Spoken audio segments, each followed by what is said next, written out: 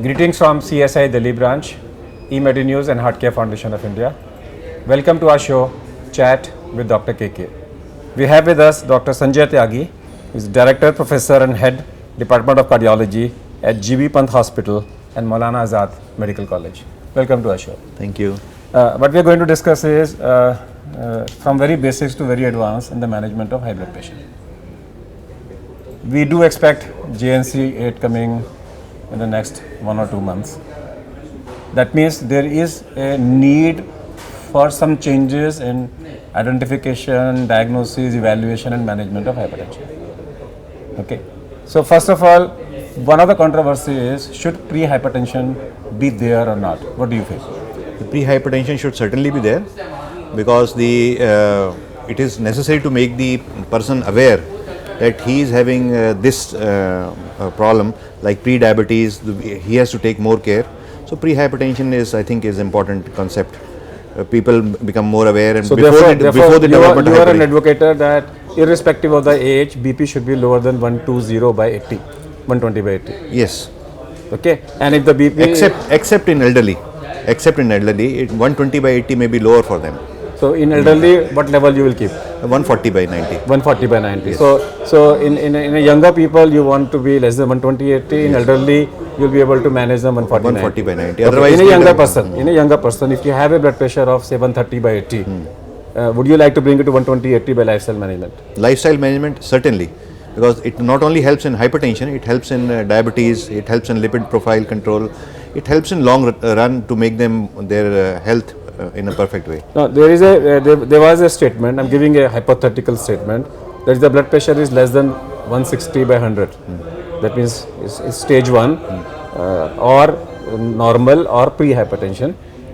In that case, with no target organ damage, that means there is no eye involvement, there is no kidney involvement, there is no heart involvement. In that particular situation, you can try anything you want for 6 months.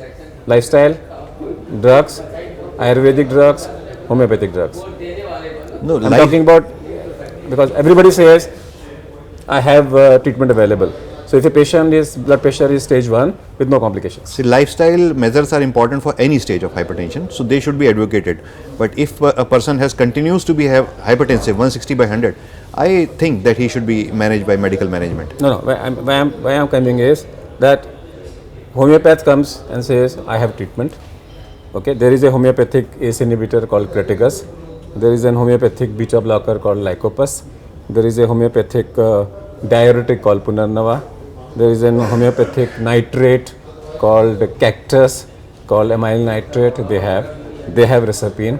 So they are also giving drugs. Similarly, when you go to Ayurveda, they have bradycardia, Chandan. They have their beta blocker. So all of them have their drugs in particular situation. Do you feel that they should not play around with hypertension if it is stage 2 or with target organ damage? Certainly, if the blood pressure can be reduced without any side effects by either homeopathic medicine or Ayurvedic medicine, there is no harm. But most important thing to remember in the stage 1 hypertension is there should be no side effects or minimal side effects, because it is a lifelong treatment. Once it is started, it is a lifelong treatment. So the medicine that should be used should not cause them side effects, because some of the medicine cause side effects and patient then don't become compliant and don't take the medicine, they leave the medicine in between. So if I want to regress, when we talk about regression of heart disease, is it possible to regress the complications of hypertension and reverse hypertension changes and go back to reducing drugs? So it is possible to reverse hypertension, it is possible to control, prevent the target organ damage. But once the damage has occurred in the target organ, it is difficult to reverse. It is difficult to reverse. As we are talking about coronary regression, why can't LVH regress? We know LVH certainly can regress. LVH can regress, but if they develop like renal problems or CVA, that type of problem is difficult to regress. So now, when we talk about blood pressure, we talk about 3 things: stroke volume, that means into heart rate, into peripheral resistance. Okay, so if I want to find out the cause of a hypertension in a patient, we say idiopathic. Don't you think that all idiopathic will have either endothelial dysfunction or loss of elasticity of the vessel, or they will have arterial stiffness? which can be measured either by flow mediated dilatation or which can be measured by the aortobrachial velocity. So it is important to remember now is that essential hypertension is no longer essential. Okay. It is no longer idiopathic. There are causes for this, and one of the most important causes is sympathetic overactivity. That increases total peripheral resistance, that increases the renin levels, that causes sodium absorption. So increased sympathetic activity by stress or by any other means causes hypertension, which we used to label them essential hypertension. Now we know that there are causes, there are genetic causes, there are sympathetic overactivity and loss of elasticity, all of which can be measured and to a large extent treated. So hypertension is no longer idiopathic. When we do a flow mediated dilatation as a study, we produce ischemia in the brachial artery, and then we see the post ischemic response. And the post ischemic response, because of a nitrous oxide response, it can cause dilatation and increase in velocity. Now, people now are using remote ischemic preconditioning before doing angiography to prevent renal dysfunction, to prevent microinfarcts, to reduce the levels of enzymes. Now, will this preconditioning, suppose if I have a patient of blood pressure, and if I ask him to go for as a therapeutic remote ischemic reconditioning, will this affect blood pressure in a long way? Will it reverse the changes of blood pressure? See, I think the beneficial effect of nitric oxide are spread all over the body, and vasodilatation by any method will help to reduce the blood pressure, and once the blood pressure reduced, the target organ damage, left ventricle hypertrophy, all will improve. So the one of them is like in yoga, etc. Also we do such type of exercises and decrease the sympathetic level and cause a reduction in hypertension. We used to think that yoga is beneficial for hypertension. Now we have a proof why it is beneficial. We call them as yoga is a natural beta blocker. Yes. It reduces, Yes. you shift from sympathetic to parasympathetic mode. Is that what yoga is? Yes. So I'm again coming back is that if I do a ischemic, remote ischemic preconditioning as a therapeutic modality in a patient with high blood pressure, say with nephropathy or with retinopathy, will it help? Will that persistent rise in nitrous oxide, if I do it for every day for 3 months, 6 months, 9 months, will it ultimately? See, for that we have to do a trial and test it. Then only we can. But hypothetically, it can be tested. It can be tested. Okay. Now we come back to again a patient with hypertension. Now, if a patient with hypertension is on drugs, okay, in Indian circumstances, our observation is that most of the people are on 2, 3 or 4 drugs. Normally we define, theoretically we say more than 3 drugs means resistant. But most of the patients in India are requiring 3 to 4 drugs, smaller doses. Why is that? Is this your observation also, or it's a... See, in India we have been treating our hypertensive patient with combination therapy for a long time. In American Heart Association, it was said that you try one drug, go to the maximal dose, and if the side effect develop, then you go to the other drug. But in India, we found that giving a low dose of combination therapy would reduce the side effect and control the blood pressure in a better way. And now the Americans have realized that this is the way to go about, and in their recommendations also, the combination therapy has been given importance. So what we treat in India is in a low therapeutic dose, minimize the side effect, increases the control of hypertension. So that is a good way to there is a treat drug called Cretigas, which is a plant and available in homeopathy extensively. If you go to the Medline, you find that a lot of research is going on across the world, and they have proved now that Cretigas has ACE inhibitor. It inhibits ACE. So therefore, this is a plant-based natural ACE inhibitor. Will not cause cough. There's one thing is peculiarly written in that particular plant, if you read about the homeopathic literature, that if your dyspnea is out of proportional to your exertion. I mean, there are people who says that from here I go to my bathroom, I come back, I have to take 2 minutes of, I'm breathless. You go for lung functions, your chest physician says, I can't explain, he's not that bad, he doesn't have interstitial lung fibrosis. Intensivist would say, let me do an angio, am I missing a coronary lesion, and find out the coronary arteries are normal. Do we have any explanation in allopathy for this type of a situation? Why do they are, homeopathy classically describes this description. There will be people with normal coronary arteries who are out of proportionally dyspnea to the exertion, and they say Cretigas is a drug of choice. See, when we were the first one to test AC inhibitors in the country, first one to do trials, and we did a trial of AC inhibitors, particularly in patients with congestive heart failure. We saw that benefit was out of proportion to in the beginning to improvement in ejection fraction. Now it has been proved that the AC inhibitors have peripheral action also, and this peripheral action is responsible for better exercise tolerance.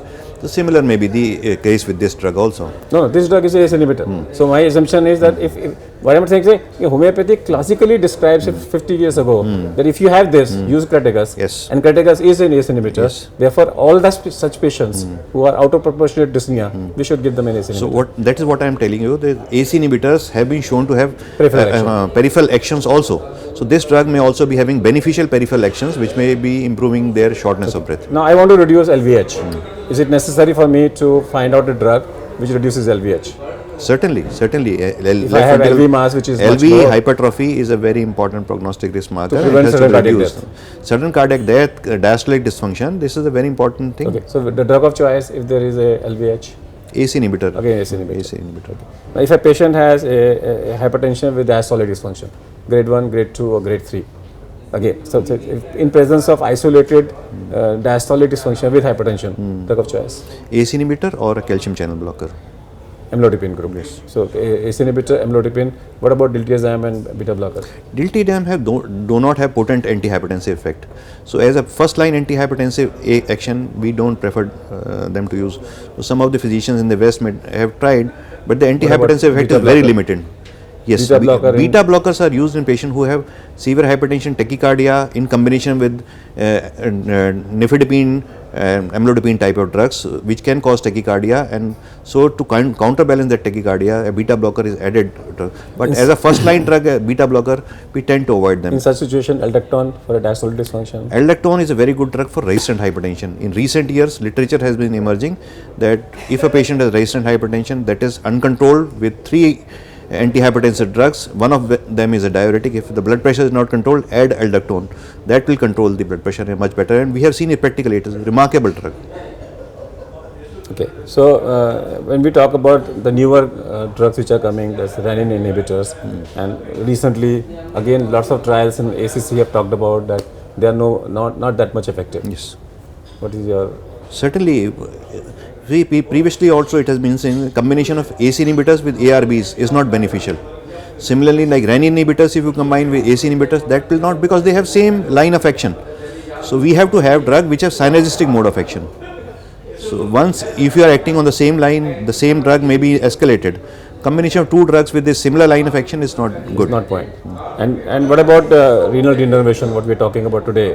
And if renal denervation is started in India, what will be the percentage of cases will be requiring it? See, renal denervation is now in initial stages, though it has been approved in Europe but not in USA. It is still in a trial.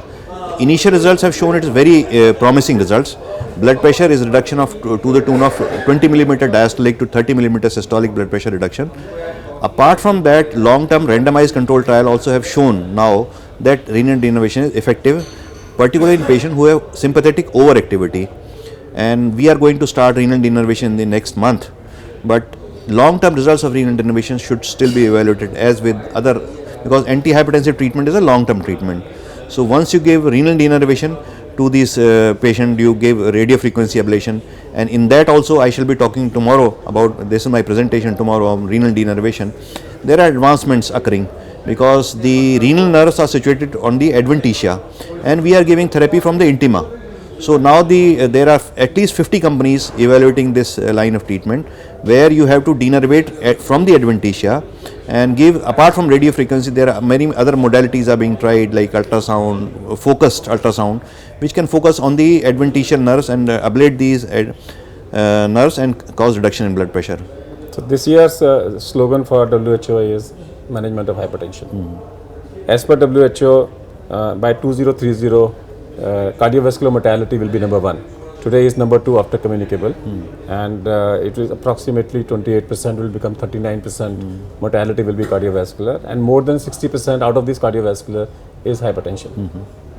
Okay, and so therefore hypertension management is extremely important in our country. Any message for hypertension? Certainly, when a physician starts antihypertensive medication, they should be taken regularly, and regular checkup by the physicians is essential. And if there are any development of side effects, the patient should contact their physicians and continue to take their medications. And certainly, investigation for secondary hypertension is very essential, because once you less than 20, more than 50. Yes. Less than 20 years of age, more than 50 years of age, look for secondary hypertension. And one, if you are able to find that out, many of the times you can cure that patient of his or her hypertension, and even improve their cardiac functions also. Many of these patients are having hypertension with congestive heart failure. So hypertension improves, congestive heart failure improves. So evaluation for secondary hypertension, and in future, because we were talking about renal denervation therapy, this has a very exciting potential. It has been shown to reduce the glucose level, so may be helpful in patient with diabetes. It helps in patient with sleep apnea. So it has multifactorial effects. Renal denervation, sympathetic overactivity, like we used to talk in yoga, that reduction in your sympathetic overactivity helps all over the system. So it may help not only in hypertension, but may also help in your congestive heart failure, diabetes, and many other. The last thing I want to ask is that in Indian circumstances where coronary artery disease is rampant, we talk about 10 to 14% people getting it, 24% people have high blood pressure, and if pre-hypertension is added, the number is much more. And we have been talking about the UK trial, people have been talking about polypill. If I have to talk about a single drug after the age of 50, which I should be able to give it to everybody, apart from salt restriction, can it be amlodipine or it will be ACE inhibitor? See, if a patient is having hypertension. No, I don't know. I'm talking about mass community. At the age of 50, in a rural population. No amlodipine, no ACE inhibitor, nothing. Only statins. If you have to give primary prevention, statin is the drug for reduction in coronary artery disease, not the amlodipine and ACE inhibitors. Actually. But I will not advise any medication for that group. No, I will theoretical. I will advise the lifestyle measures for that. Lifestyle measures yes. for that. And if there is a society if there is a population in rural area of high blood pressure, okay, taking cost into consideration, taking everything into consideration, suppose I have a village, 500 people have high blood pressure, and I don't want to waste money, I don't want to waste time on investigation. Again, being cheaper, should everybody be on amlodipine? I will not advocate hypertension patients. Only hypertensive patient, amlodipine, because it's the cheapest drug. It is a potent drug. It should be given to the patients because it can be available for less than half of a rupee. So instead of ACE inhibitor, calcium channel blocker would be the better drug. But check their blood pressure because hypotension also can cause effects. So calcium channel blocker. So in a rural population, for a GP level, amlodipine still will be a drug of choice. Cost is a consideration. Yes. So what Dr. Sanjay Tyagi very clearly says is that blood pressure monitoring management is very important. Except in the elderly group where you may like to keep it slightly in the higher level, make sure that your blood pressure is always lower than 120/80. Adequately controlled blood pressure can reduce not only heart failure but also heart attack and cerebral hemorrhage or paralysis.